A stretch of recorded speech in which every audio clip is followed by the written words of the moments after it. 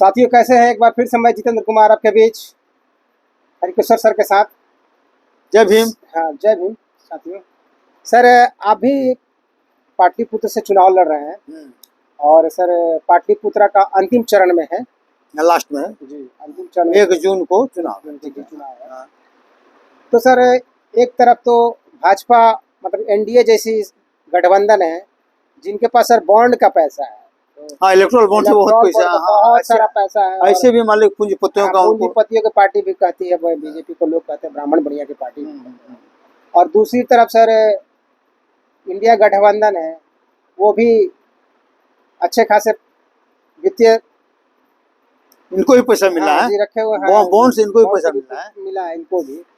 तो सर इन दोनों के बीच में अपने आप को सर मान लीजिए चुनाव लड़ने जा रहे हैं पाटलिपुत्र सीट से, तो कैसे अपने आप को सर इन दोनों धाराओं के बीच में, खास करके जो एक तरफ तो कहती है हम राष्ट्रवाद के नाम पे चुनाव लड़ रहे हैं और दूसरा जो संविधान और आरक्षण बचाने के नाम पे अपनी बात, तो आप अपने को कहाँ पाते हैं सर? सही स्थिति तो ये है जी कि इलेक्ट्रल बॉन्ड का पैसा जो है, राशि जो एक तरह से साबित हो गया है कि सबसे बड़ा भ्रष्टाचार देश का नहीं विश्व का सबसे बड़ा भ्रष्टाचार साबित हुआ है जी। तो ये दोनों के पास है उसका पैसा। बीजेपी के पास तो है ही सबसे ज्यादा, आरजेडी के पास भी। ठीक है, पैसा के मामले में दोनों मतलब राजनीति का पूंजीकरण करने में दोनों लोग लगा हुआ। पहला तो ये हुआ ताकि गरीब का मतलब खत्म हो जाए, गरीब लोग राजनीति करने के बारे में सोचे ही नहीं।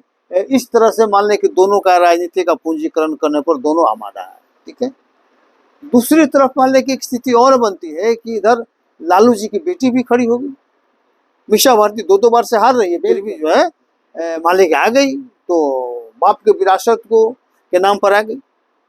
इधर रामकृपाल यादव जी हैं।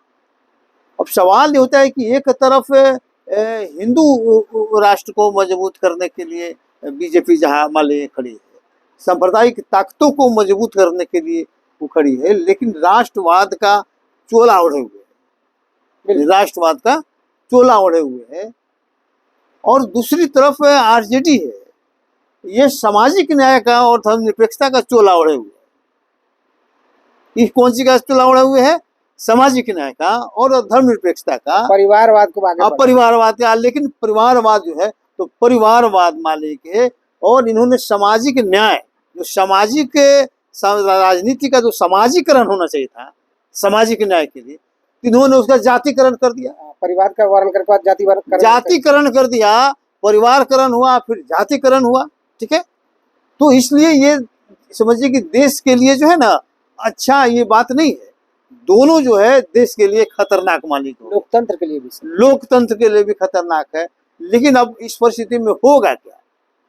जो मीडिया भी जो है, मीडिया भी मान लेके बिकी हुई है। अंत मीडिया यही माहौल बनाएगा कि ये लड़ाई यही दोनों के बीच में है, और ये कहेगी लास्ट में, जो मोदी मीडिया है, गोदी मीडिया, ये कहेगी कि एक तरफ राक्षस मान लीजिए कि लालू यादव है, उसको लालू यादव का वो कहेगा कि राक्षस है, मतलब जंगल राज का जंगली है, और दूसरे तरफ हम लोग विकास पुरुष हैं, जनता किसको वोट करे। तो ये माहौल बनाया जाएगा। लेकिन असल में ये मुद्दा है ही नहीं।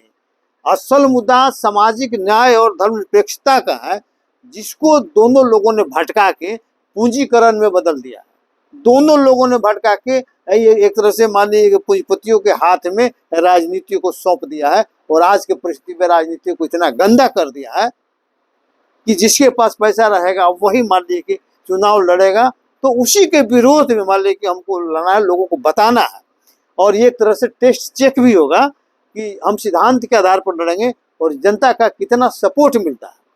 उसी के बाद आगे भविष्य में मान लीजिए कि रणनीति तय होगी, और बिहार को और देश को बदलने का काम हम लोग करेंगे। जन समर्थन अगर मिला तो आगे बढ़ेंगे, फिर भी जन समर्थन नहीं भी मिला तो लोगों को बार बार समझाने का हम लोग कोशिश करेंगे, इन दोनों ताकतों से सतर्क रहने का हम आह्वान करेंगे।